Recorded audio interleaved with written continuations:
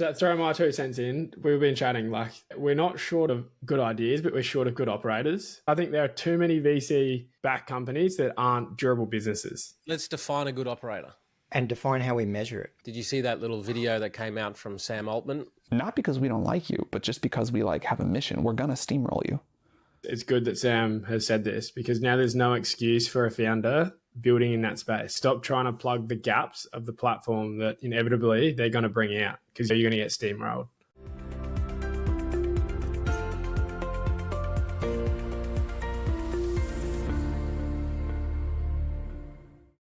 You are looking sharp, Jack. Feels good. Looking good. Although you got a bit sunburn on the weekend? Yeah, Sunday I thought I better go out there and get a bit of light on top of the head and then, got a bit burnt. Like first night fever. Yeah. You go a bit too hard on the first weekend. That's good. I'm glad I'm not the only one that now looks 20 years older than my stated age. Yeah. I think we're all in that category. Jack, did you have a game of rugby on the weekend? Yeah, had a game of rugby. Another good win. What was the score? It's like 70. It's like 70-5. Yeah, it's not fun for anyone. Yeah. Is this like Seinfeld? So Kramer in the background. Yeah. Have you seen the episode where he joins the kids karate group so he can dominate? It's not me. Yeah, it's not me scoring the tries, Don. But that's the problem with the comp here. So there's 10 teams. There's only 4 good games. So this week's going to be another easy game, but next week will be our first proper game in our eye. Jack's playing under 15s. Yeah. Oh, well done. Well done. What about you, Don? How's your weekend? Good. We're getting ready for renovations, so a lot of planning, and we strike dirt this weekend, actually. Oh, that's exciting, Don. That's very exciting. Nothing tests a relationship like Renos, so... Yep. So you are keeping the existing house and doing an extension? Is that the plan? Yeah, so we're adding garage, master, kids' room, and another bedroom, because at the moment it's a 3-bedroom, 1-bathroom renovated workers' cottage, which is really nice, but with 5 people and some growing kids, we're starting to burst at the seams. Oh, that'd be nice. That'd be really good, Don. Yeah. And a new shed. New shed? Another shed. New mower or tractor? No, well, the previous owners did lots of sheds, but what I don't have is a big consolidated shed. The shed to rule them all. It's 24 meters by 9 meters, and yeah, we'll be able to accommodate specific items. Does any of the other sheds, are any of the other sheds coming down, or this is in addition to? So the problem with sheds is once people know you have sheds, I accommodate a range of things for a range of others. So I'm happy to continue to do that, but I'm needing a space of my own. I like it. And you, Aaron? We spent the weekend painting the driveway and finishing some stuff on the house up in Cairns. So got that done, which was good. And then the rest of my weekend was looking at the applications for the Gold Coast and South Australia places. And far out, there's some good companies coming up in contention for the London mission. Pretty exciting to see, especially on the Goldie. Really some good later stage companies, solid ARR. I must admit, I feel a bit embarrassed because some of the companies I'd never heard of before that have been building quietly. Yeah. And it's going to be a great cohort. Yeah. So our biggest challenge is to choose just 10 from each, because there's a good 15 in the mix in each, maybe more, that would be absolutely quality fits for the mission. And we still have the 10 funded places for Queensland open for application till the 24th. Still time for the Queensland ventures to get in. Great. And then we've got the event at our shareholder and venture partner Mick Dempsey's place at Mermaid Beach on the Goldie this coming Monday. Yeah, expecting about 50 to have a barbecue with Mick. He's going to fire up the barbie, cook some sausages for all of us, and then have a chat. It's going to be a Q&A of how Mick has approached in his family office environment allocation to early stage, deal selection, due diligence, post-investment management, from that angel investment phase through to venture. And it's going to be a cracker. Jack's flying up for it. Yeah, looking forward to it. Together. It's going to be good. Let's jump in. We like to recap. We've discussed a number of times in previous episodes our view on AI startups and this difference between a thick wrapper and a thin wrapper, and whether you're just providing a particular product or an outcome, or whether you're trying to solve for an entire vertical. Did you see that little video that came out from Sam Altman? Yeah, How's the positioning? I might just play it now for the listeners at home. I think fundamentally there are two strategies to build on AI right now, or startups doing with AI. There's one strategy, which is assume the model is not going to get better. And then you kind of like build all these little things on top of it. And then there's another strategy, which is build assuming that OpenAI is going to stay on the same rate of trajectory and the models are going to keep getting better at the same pace. It would seem to me that 95% of the world should be betting on the latter category, but a lot of the startups have been built in the former category. And then when we just do our fundamental job, which is make the model and its tooling better with every crank, then you get the OpenAI killed my startup meme. If you're building something on GPT-4 that a reasonable observer would say, if GPT-5 is as much better as GPT-4 over GPT-3 was, not because we don't like you, but just because we like have a mission, we're gonna steamroll you. But there's a giant set of startups where you benefit from GPT-5 being way better. And if you build those and AI progress keeps going the way that we think it's going to go, I think on the most part, you'll be really happy. So sometimes in life, you've got to judge people by their actions because the words they say don't match. But in this example, my suggestion is really judge Sam based on his words. He's telling you that he's going to consume you if you're a thin wrapper. Yeah. And at the same time, trying to plug you to use their latest version and build off that. Yeah. I actually think it's good that Sam has said this because now there's no excuse for a founder building in that space. Stop trying to plug the gaps of the platform that inevitably they're going to bring out because you're going to get steamrolled. I think he's done an amazing service to founders and investors by being so explicit. And if you just do the curve, and one of the charts we'll look at later is the Moore's law of just how transistors just keep growing. Do the same thing for AI, plot it out 2, 5, 10 years, and I think the answer to whether your product is going to be here or whether you've solved a problem for an entire vertical becomes pretty easy to answer. Yeah, exactly. So don't say you weren't warned. Now, let's jump into some news. Did you see that's come out, the government, who seems to really be tinkering with our space? First, investor rules around the definition of sophisticated investor and different quantums. And now I think something that maybe even the Chinese Communist Party would applaud is it doesn't matter whether it breaches or doesn't breach competition concerns. At a certain level, all M&A is going to be reviewed by a group of bureaucrats that may or may not iron their underwear before going to work in the morning. That may be too cynical.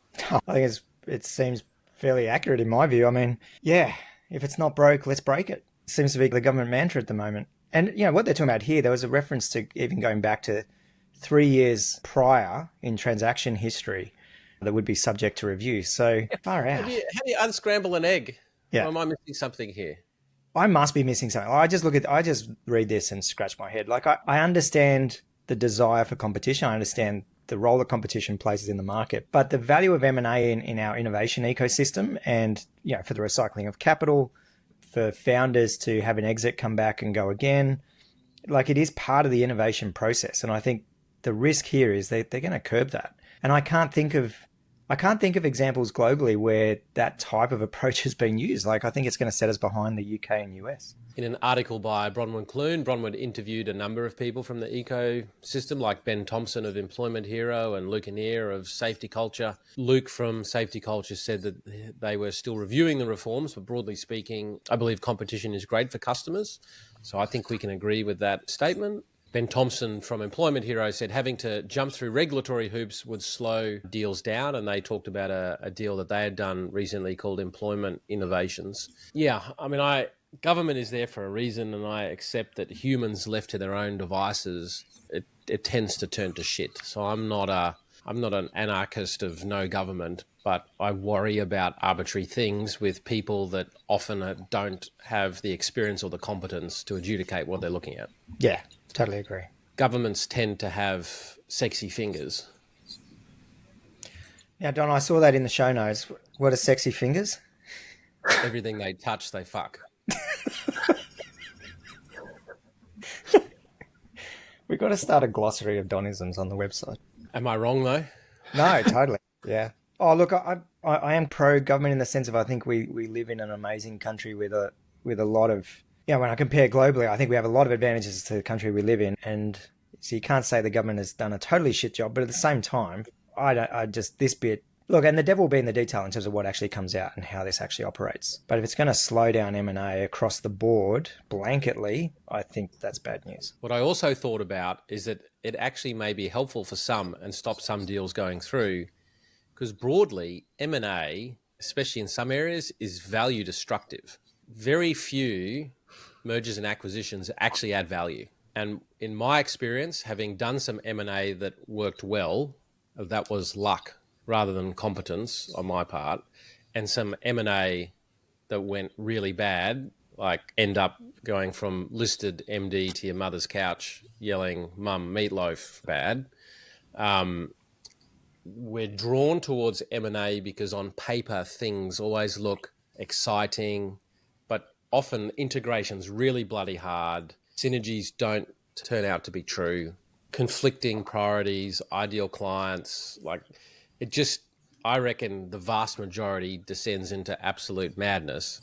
So for some people in hindsight, not that there's a parallel universe to run this through, it's actually going to save some people from doing some dumb things, bizarrely. But you're talking about on the company value level, right? Like for founders who go through some M&A, like for a founder who gets acquired, there's a good outcome separate to whether the venture goes on and successfully integrates. The vast majority of companies never survive their founder. And founders always get a little bit shirty as if I'm poking them, but just have a look at the stats. The vast majority of companies never survive the founder. Now, where does the company die? It either dies in the hands of the founders because what got you here won't get you there. They got the company off the ground. They didn't then change approach. They didn't bring in the systems and process for the next phase, and a whole lot of life cycle issues killed them. Or when they sell it, this is the smarter founders, it dies in the hands of the next person because the next company then does a whole lot of things that kill it. If you just have a look at the patterns, that's not me trying to be a prick. Why? Because it's really hard to systemize something, to make something organic that is able to take on a life of its own away from that entrepreneurial energy, away from that entrepreneurial genius. And for founders who don't like that statement, take that statement and prove me wrong by doing the things that need to be done to create an organic organization that can run without you. And that's a lot of what we're trying to do with our portfolio, is help them install those rhythms, organic processes, top down, bottom up, all the consultant wanky speak that you can think of. But that's the vast reality of it. Yeah. Good positive way to start off the first news article. Well done, Don. I even had a good night's sleep last night. None of the kids woke up. I'm just default a pessimistic wanker. It wouldn't be the first time you've been accused of being negative all the time. No, that's true. We are getting some really lovely messages about this podcast, which every time I get one, like my brain then goes, "Oh, people listen to this?" And I should have been honest, the feedback isn't about you and I, Aaron. It's all about all the truth bombs that Jack keeps drops.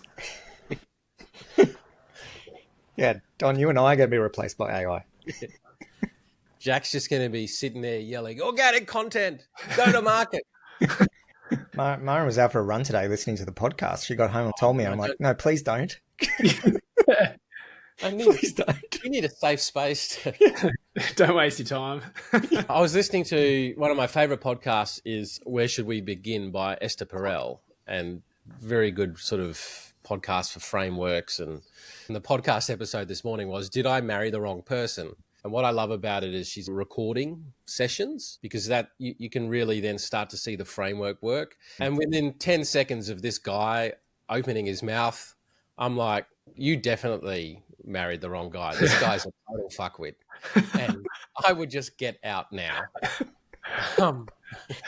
He's got the emotional intelligence of a rock and is a total dick. Just give up, sister. Move on. There are plenty of fish. Anyway. You should be a marriage counselor. If this Trump VC thing doesn't work out. No, definitely not. It takes a moron to know a moron. Let's get this back on track. What I do find interesting is that this government, like, it's doing things to slow things down. Yeah. In a world of AI, that's speeding up.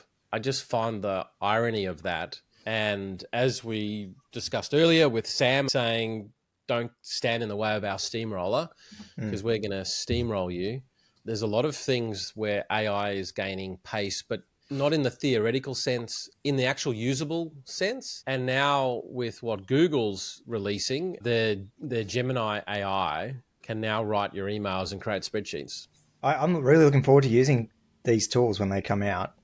It does make me think, though, you look at where this is going and this ability just to put in a small amount of data and it'll generate these nice, beautiful spreadsheets, or small amount of text and it'll generate a document. And we've been joking that what's the smallest amount we can put in for AI to develop a investor memorandum for us? But like, is that the way the heading, the pitch deck comes in, it listens to a transcript of the call. Yeah. And then we give it a template and it just creates the IM? Potentially. Which goes to show how much of human work is just deductive reasoning. Like, how many of us really had something creative or new, or rather than just something that can be deduced from facts? In the family office this week, we got this big booklet of all childcare sales and service stations. Oh, wow. And FMCG. We just want to understand where the market is. And now what we would normally do is you'd give it to someone in the office, they'd go through and type it up. And I was like, hang on a minute. So we put it in, we extracted the data, went into the tool and said, can you please make a table out of all of these that has the name of the seller, the date, the amount. Like, it did a pretty good job in spitting it out. In the middle of the meeting, I was then able to then filter and say, okay, for these types of assets that we're looking to either dispose of or acquire, here's the cap rate ranges, here's the cost per this, here's the that. Normally I'd have to go and do some work on it and then come back and have the conversation. We're able to keep moving in real time. That's phenomenal, right? To be able to do that live in a meeting, to just upload essentially a document. You could then upload your own portfolio and get a valuation pretty quickly. That's phenomenal. So that's where, for me, I'm now starting to see, okay, this AI stuff is becoming helpful. And where's it becoming helpful? It's like that co-pilot. I think those that can learn to use it effectively are going to be okay. And if you can't, you're going to be in trouble. Now, one of the issues with that AI moving so quickly, and there's so many tools coming up and it's hard to work out what's real and what's not. There was an article in the AFR by George Hammond that talked about the speed of development making it hard for firms to invest wisely in AI. And what I took away from it, and I think we're seeing it with some portfolio and even companies that are pitching us, is that the sales cycle, especially in enterprise, is getting longer because A, they're taking a while to digest things, and B, if the market's moving so quickly, if I just wait another period of time, there's going to be something better, and then I don't have to go through the change management process. And that's the bit that's always the issue, especially in enterprise, but even SMB. It's never really the product that's the concern or the problem, assuming you got a threshold value proposition. It's the change management. It's the training. It's getting the customers on board. It's doing all the stuff internally. That's the nightmare. And you don't want to have to go through all of that only to find a new product's come out 12 months later that supersedes all that. Yeah, there was a good line in the article about how the assessment of large language models is shifting from academia to the boardroom. And catching up with some of the AICD staff a couple of months ago, they were talking about the most in-demand content that they're receiving from directors at the moment is to understand AI. And so it seems like boards aren't yet equipped to be making these decisions. They're crying out for education in the space. And so in a case of a fast-moving environment with limited knowledge, the decision-making is naturally going to be slower. So it makes sense that we're seeing the sales cycles slow down. And so I think for founders that are working in this space, you have to be really cognizant of that.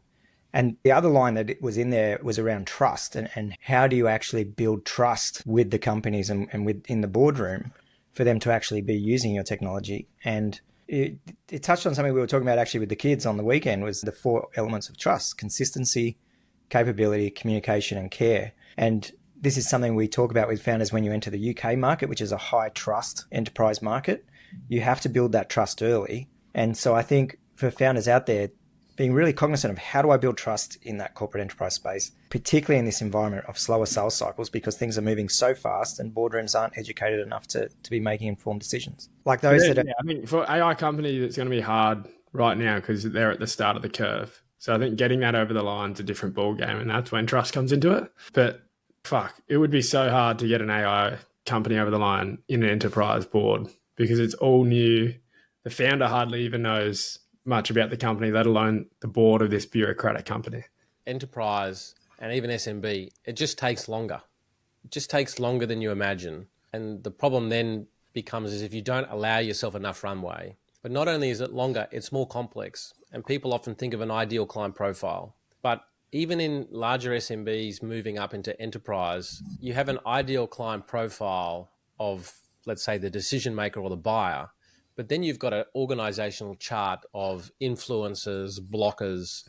And so the sales process is dealing with 10 people, 15 people. And you've always got to try and be looking for who's the person that wants to say no to this? Who's the person that's threatened by this? And when I look at a sales approach in the world that we play, at least, if there aren't at least 5 or 10 names of different people that we've had to touch base with or create relationships with, or at least bring into the tent, we've got a problem. Now, when you're dealing with a client, often what will happen is, yeah, I'm the decision maker. No, I'm the one that's got to sign off. Oh, don't worry about them. They're always negative. And you've got to find ways of how do you have sessions or provide information to those people, because I can assure you, even in medium-sized companies, there's never one person by themselves that can go off and make this all happen. Coming back to that original point, because it's the change management that's such a big issue. That's the bit that the organization struggles with. Yeah, and to your point about the blockers in the purchasing process, I feel like with AI being perceived as such a disruptive technology and people's jobs at risk and so on, I feel like there's probably an increasing pool of the blockers within an enterprise that don't want this system to work because they see it as an existential threat. And so if things are being trialed... Turkey's voting for Christmas. Yeah. So, yeah, I think there's some real headwinds there for founders that are selling into enterprise. There was an article that came out in Startup Daily this week by Ben Armstrong, who's one of the partners of Archangel, one of the other partners being Rain Ong, also known as Ryan Wong, talking about how to avoid raising too much money.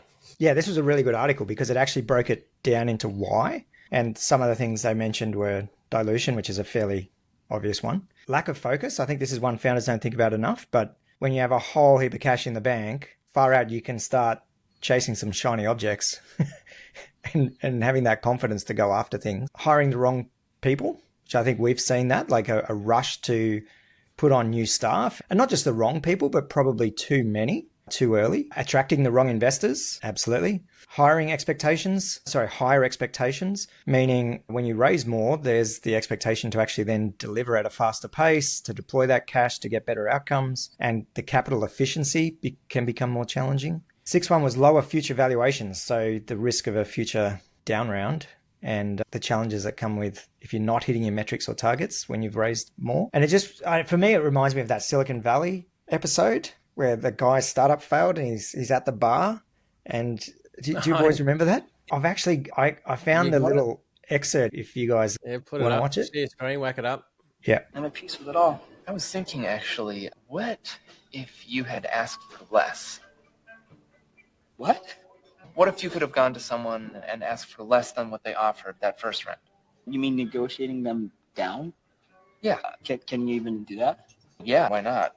Yeah, but I guess technically I could have. Huh. Yeah, I suppose you could argue that it might have been easier to hit more realistic benchmarks and reach cash flow break even. Yeah, that's what I'm saying. And then we wouldn't have faced that down round. And we wouldn't have had to settle for acquisition.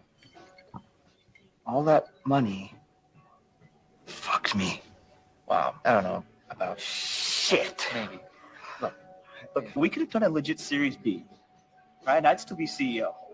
I'd have my job, my kick-ass house. I'd probably still have my girlfriend. Fuck! Oh, okay. Why the fuck didn't anyone tell me I could take less? I don't know.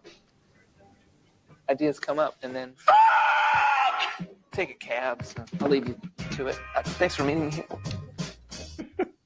Silicon Valley is not a comedy. It is dead set Documentary. It is a documentary. The scenes in there. I remember talking to a founder once. There was an episode that I couldn't watch it. I started crying because it was so real.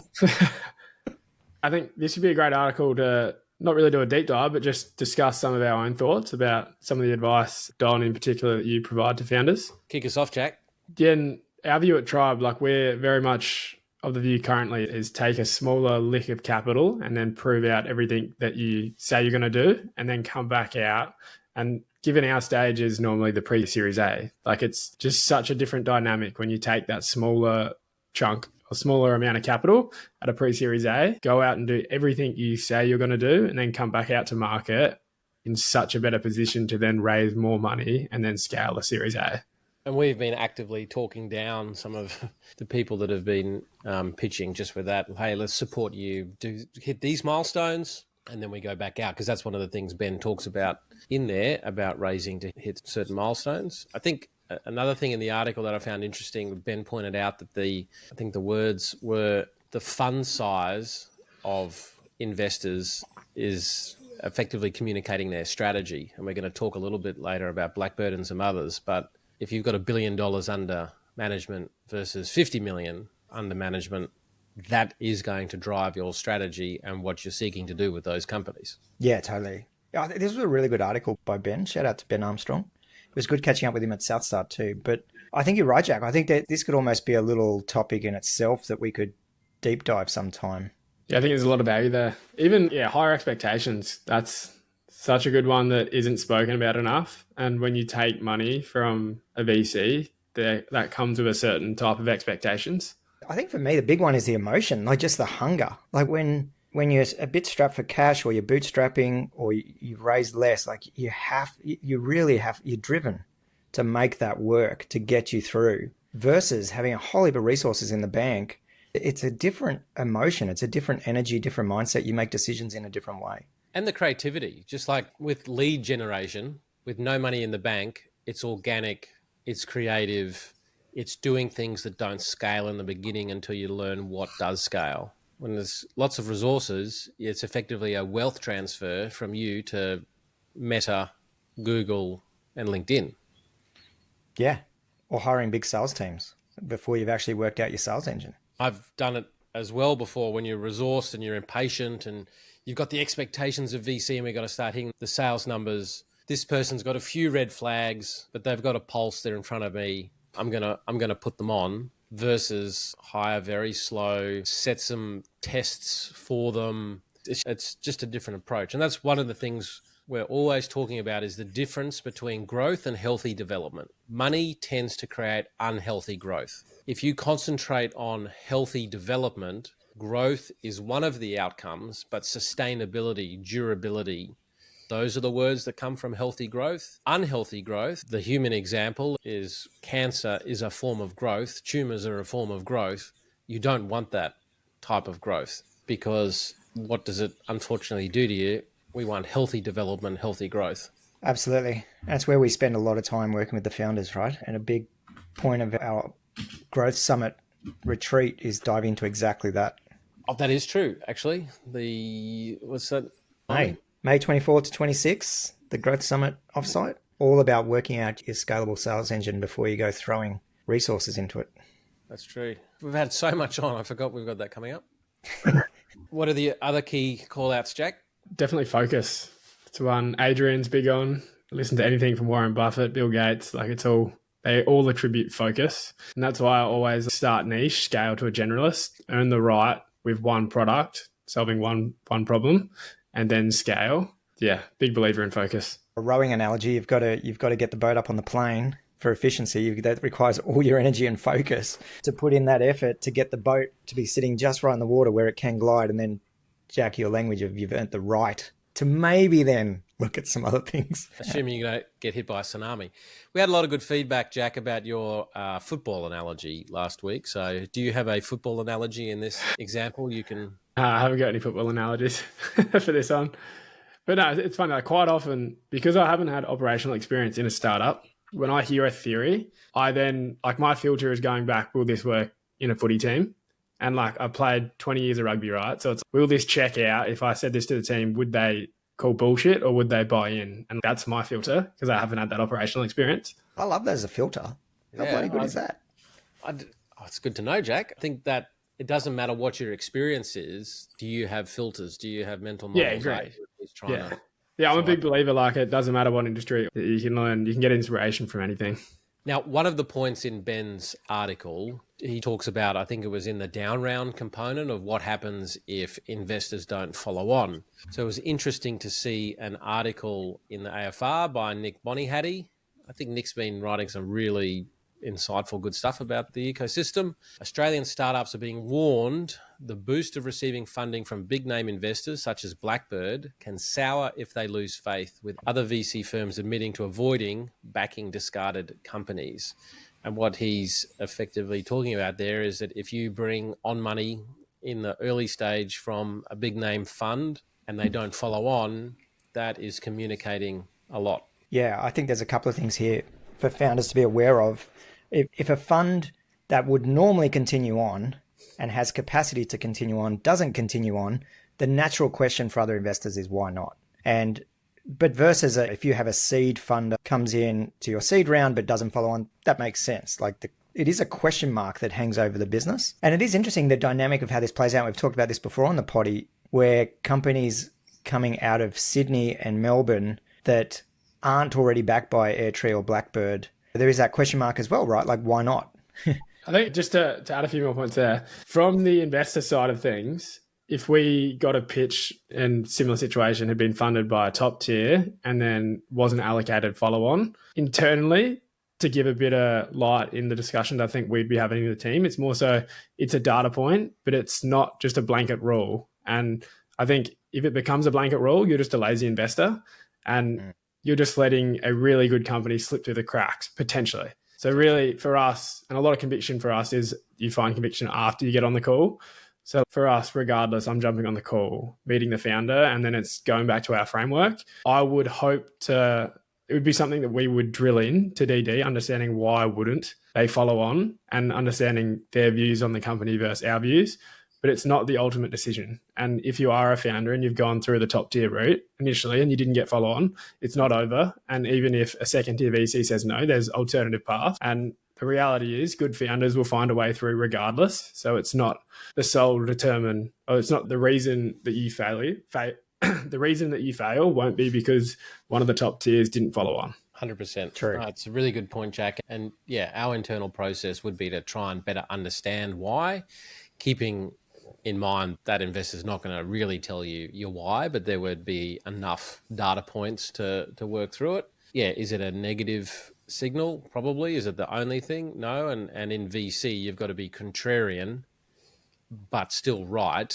And I like the fact that whilst we're not fully systemized, we have some models that we run that I believe are differentiated in the marketplace versus what others run, especially around culture, especially around execution, around founder ability. So we haven't yet come up against this company raised a big chunk from Blackbird, but Blackbird's not following on. But I would like to think that whilst emotionally being human, my brain would go, oh, that's a flag. If they've got traction and some other data points, I'd like to think that we as a team would still be running it through our process because maybe there's a diamond in the rough here that's going to get missed. Yeah, and a perfect example that maybe wouldn't be a fit for Blackbird, that is a fit for us, could be TAM. So Blackbird's deploying $1 billion, we're syndicating. So like the dynamics of the return that we need to foresee are totally different. And that is a plausible reason for why Blackbird wouldn't follow on versus why we would go and double down. And to your point about lazy investors, Jack, flipping that around, we don't just follow because Blackbird is in or one of the top tier VCs is in. In fact, we've learned quite early it's the opposite. It's the opposite. Like when a big VC is in, that's not a signal of anything. Like, we still run our process. We have all the same questions.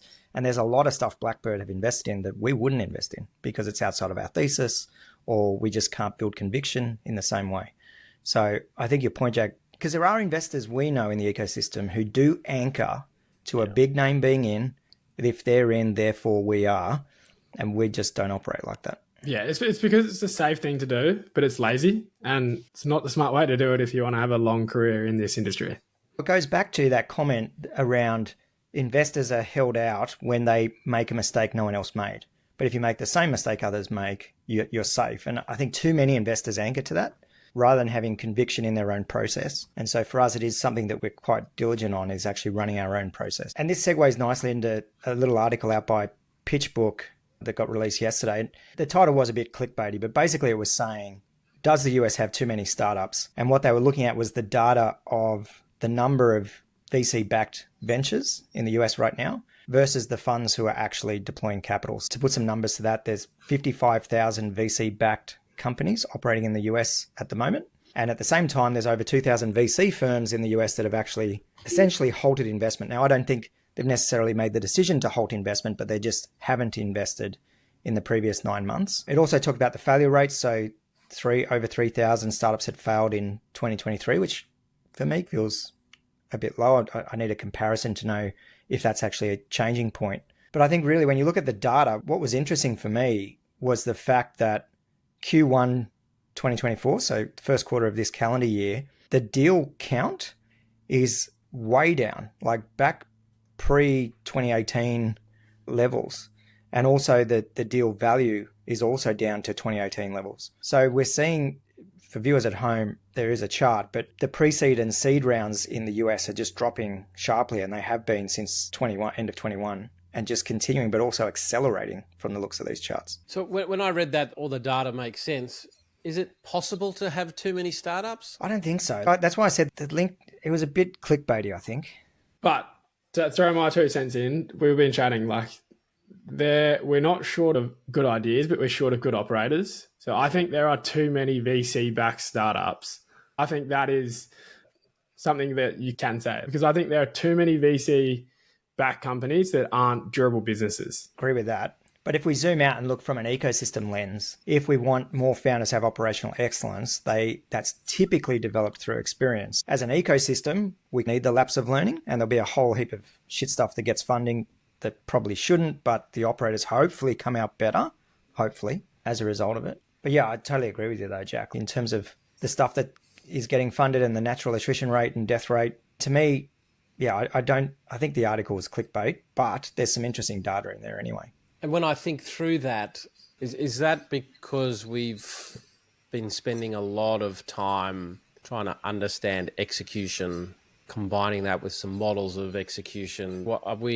Why do you think a lot of these other investors seem to overlook some of that and anchor on TAM, sexiness of the product, early traction versus can you build a long-term durable business? Are they hoping they can just build something quickly and fuck it off in an M&A transaction and make their dollars that way? Like, what are your thoughts there, Jack?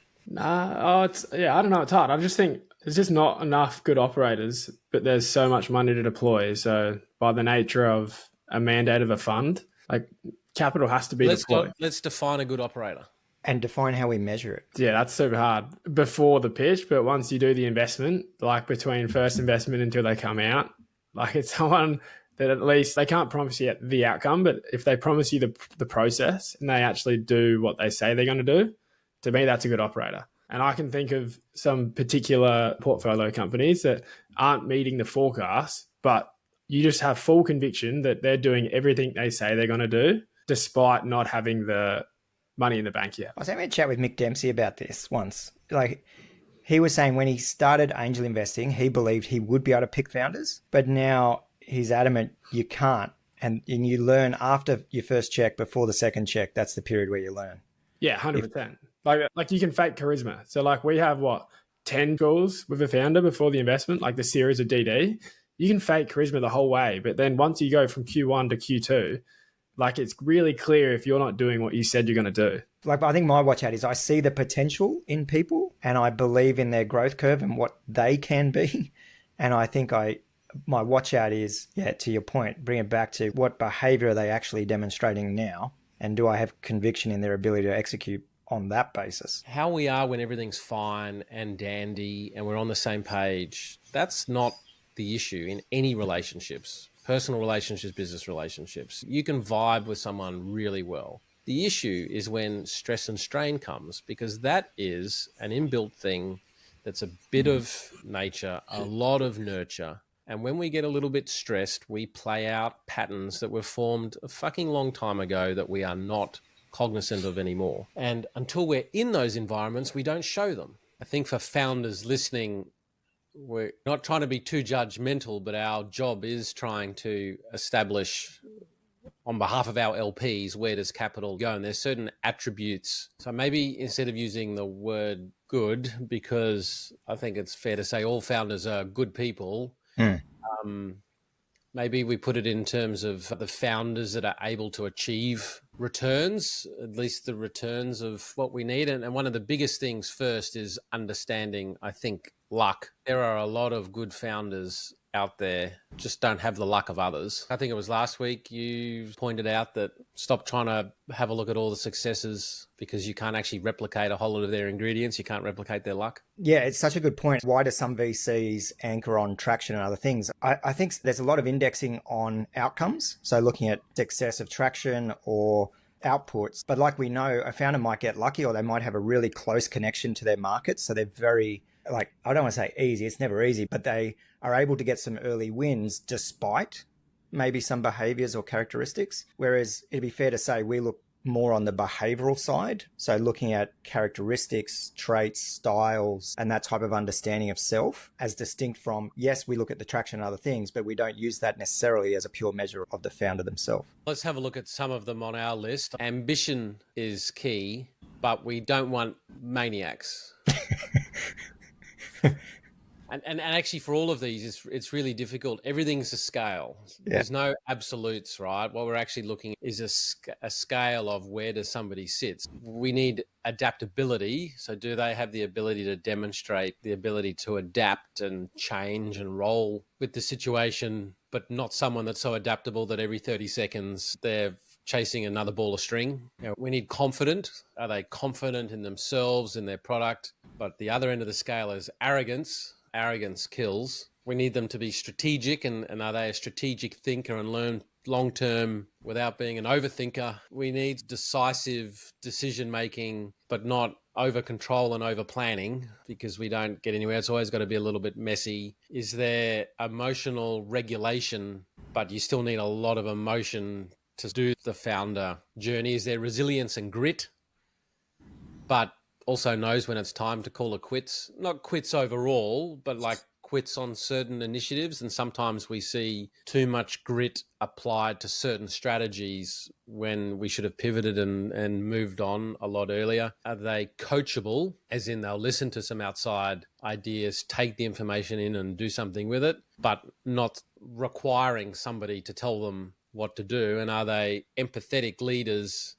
At the same time, it's benevolent dictatorship that sort of gets things off. So there's a bit of a scale, and they're just some of the things we look at. And it's fair to say it's very difficult and it's very judgmental. And with all of these things, it's like threading a needle whilst traveling at 1,000 kilometers an hour. I think the other key aspects in there, yeah, to Jack's point about the lessons come from the failures and the tough moments. Looking at how do founders respond under stress? Do they tend to display narcissistic type characteristics, or are they more on the integrator side? Do they take accountability for the mistakes that they've made, take ownership of what's happening in the business? And a big one for us, ethics and integrity. And that is a non-negotiable for us, right? Like that would be a red flag if we saw question marks there. With some of the things we're implementing, we're trying to make it less subjective and looking more at behaviors. We've spent a lot of time, especially in the last little while, how do we go and evaluate those? What are the signals? How do we make that objective assessment without being too wrong? I think that's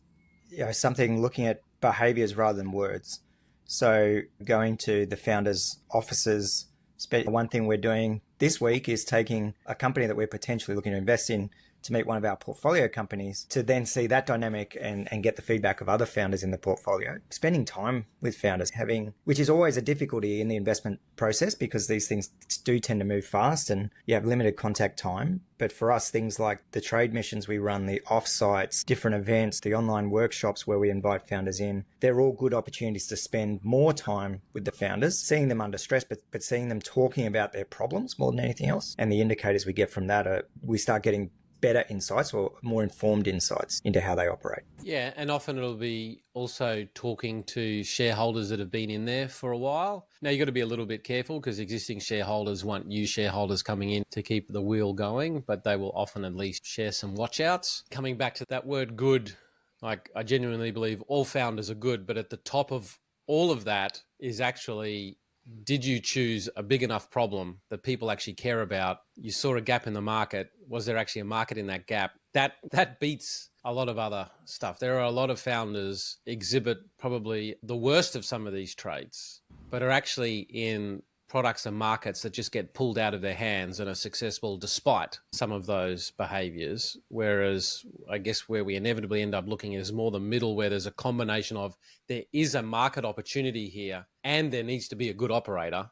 The percentage of companies where it can be a shit operator, but it's got such an amazing market dynamics, if that's what you're betting on, A, it's a smaller pool, and B, I think it's a hell of a lot more risky. But then there's another bucket of awesome founder, ticks the box on all of those aspects, but just awful market dynamics. And actually, maybe it's time to pivot. Maybe it's time to look at something else. Maybe the problem's just not big enough. Maybe the world's not ready. And they're the ones that I lament and have the most pain for, because I know some really good people that spend a decade grinding when nothing they could have done from a founder level, a leadership level, being a better founder, would have changed the outcome. Yeah. And we're not expecting founders to have all the answers. I think the other thing that we look at is, the life cycle of where the company is at and where they're at and adjusting for that in there. But I think this is why we look more at these behavioral characteristics rather than the outcomes themselves. But yeah, I'd be really keen to hear from others about how do they make these types of assessments or pattern recognition? What frameworks are others using? I'd be really curious to know. And if you totally disagree with what we've put out there, happy to hear it. And I think there's so much in this. And the other aspect that you talk about a lot is how they deal with change and conflict.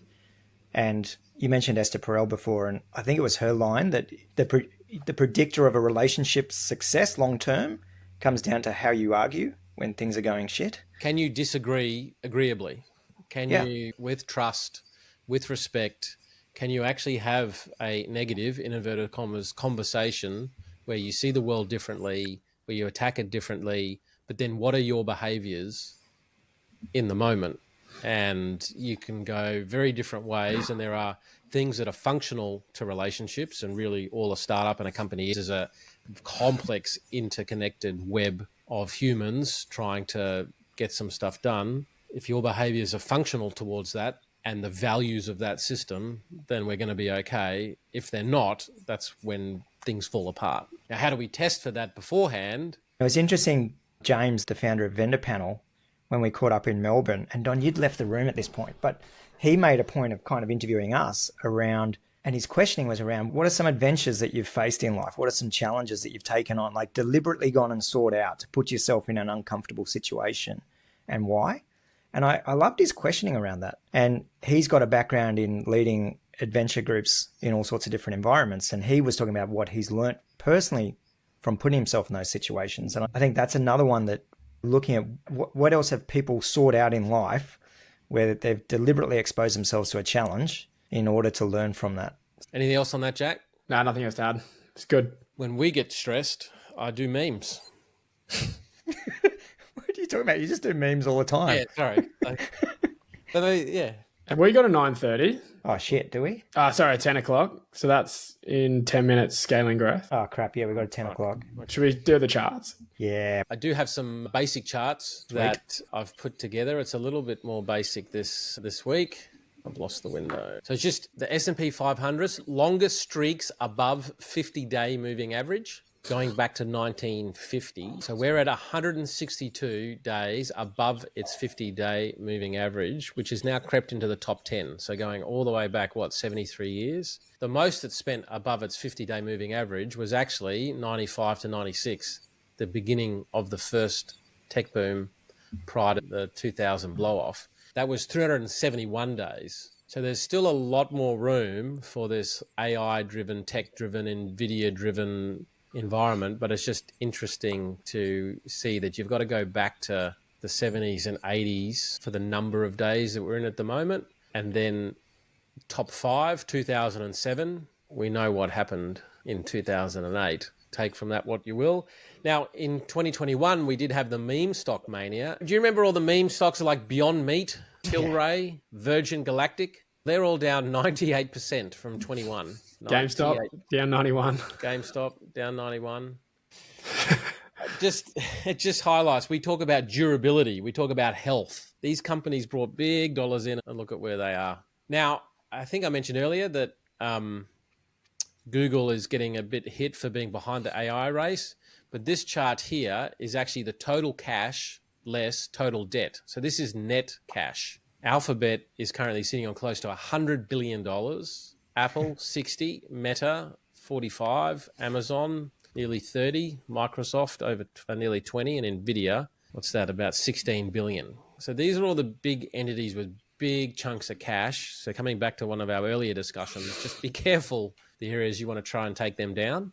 This chart I found, Australia recruitment difficulty. So this is the number of people reporting it's difficult to hire people or find people. And so you can see during the COVID boom, it went from like 30% of people reporting it difficult, and it peaked at like 80% finding it difficult. But as we can see from 2022, which aligns with a lot of the layoffs, it just month on month keeps getting easier. And yes, inflation is starting to accelerate in one area, but I am starting to see employment, and certainly in the family office, we're finding it easier in a number of the different business units to find people. Now, our body in motion tends to stay in motion. So in order for it to continue to be easier, more people are going to have to come onto the market. So it's going to be interesting to see what that looks like. This is pretty random, but if you want to know whether your health needs work, is average, is good or excellent, this is a little infographic put out of the number of push-ups you would need to do. On average, for men, it's between 18 and 31 push-ups is seen as good, or average, sorry. For women, it's between 12 and 17. To be excellent, that's for the 20 to 30 category. So that's Jack. Hey, Don, what do you got to do? Don's got to do 5, needs work. 61 and older. Jack has just pointed out the 61 and older category. Thank you, Jack. I might stick to the 40 to 50 category for now, if that's all right. I've got to do 35 to be excellent. Women 21 to 30 need to do 12 to 22 to be considered average or good. 30 to 40 need to be able to do 10 to 18. I don't know who came up with measuring push-ups as to why that is a measure of health. But that's so random. Maren and I are actually talking about this exact data last night because she smashed out 40-something push-ups. Really? Yeah. Okay, yeah. So Maren's in the 20 to 30 category. No, she's 30, between 30 and 40. She's on the chart we looked up. It was like 2 times supreme for her age group, something like that. Yeah, we can do the push-up challenge in June again this year during the mission, if you're up for it. One of the things that gets in the way of push-ups is unhealthy eating. Now, if you have a look at the inflation of fast food, McDonald's is actually topping the list that in 10 years, it's doubled versus some other brands like Subway's only up 40%, which is interesting. And I must admit, going through drive-through every now and then, I feel it in the wallet when I'm buying the kids there. Oh, I took the kids through a few weeks back. It's horrendous. $50 later, I'm like, what just happened? Now, what's interesting is you drill into it. It's actually the chicken that's gone up the most. It's up 200%. Medium fries up 138%. Quarter pounder up 122%. So the best value seems to be the medium drink and the Big Mac. Big Mac's only up 50%. I don't know who eats a filet-o-fish. That's ridiculous. But McDonald's used to be the go-to place for cheap food. Yeah. Now I could dead set go to a restaurant and get cheaper. We discussed it earlier, but this is Moore's law plotting the number of transistors per microprocessor. And it's just amazing because we've now passed the 10 billion mark. It is quite amazing how linear that just stays. And if we think back to the video with Sam from OpenAI, it's the same is going to happen, I think, with AI development. Oh, Moore's law, and it's actually been exceeded a bit, but exponential growth in computational power and also reduction in computational size, like footprint. But if you play that out by 2035, one microprocessor will have the computational power of a human brain. And then by 2050, one microprocessor will have the computational power of all the brains on Earth. That is just phenomenal. We're all just biding time until the inevitable rapture, aren't we? Yeah. The singularity. We probably just got to not take life so seriously because it's going to be consumed by AI soon anyway. I don't think anyone accuses us of taking life too seriously. So that's all I have. And what that chart session is a good thing is that if you set the KPI of I must do charts, you will end up with a poor outcome because those are probably the shittiest charts I've found so far. I love those. I like Jack's view though. You can take inspiration from anywhere. Yeah. Big Macs and push-ups. What other charts do we need? Yeah. All right. We have a session with our last offsite crew that we got to jump onto in 2 minutes. So when you come to the offsite that works on scaling up your company in a healthy manner, that gets into marketing and sales and product market fit and high growth, we don't just do a weekend workshop. Every month we then have a follow-up. And this month's follow-up is starting in 1 minute. And we're going to be jumping back on with the cohort, see how they're going with the ideas, see what they're struggling with, see how we can help. And we look forward to hopefully some listeners joining us in our May one. Yeah, please come along. You don't have to be a Portfolio Co. Just jump on the website, sign up. And that's why I partly like it. It's a combination of Portco and others because then you just get such a great integration of ideas. But we're going to do this as a hard landing because I need to go to the facilities. Otherwise, there's going to be an accident during the session. So we're going to leave the listeners with that thought and see you next episode. See you then. See you guys.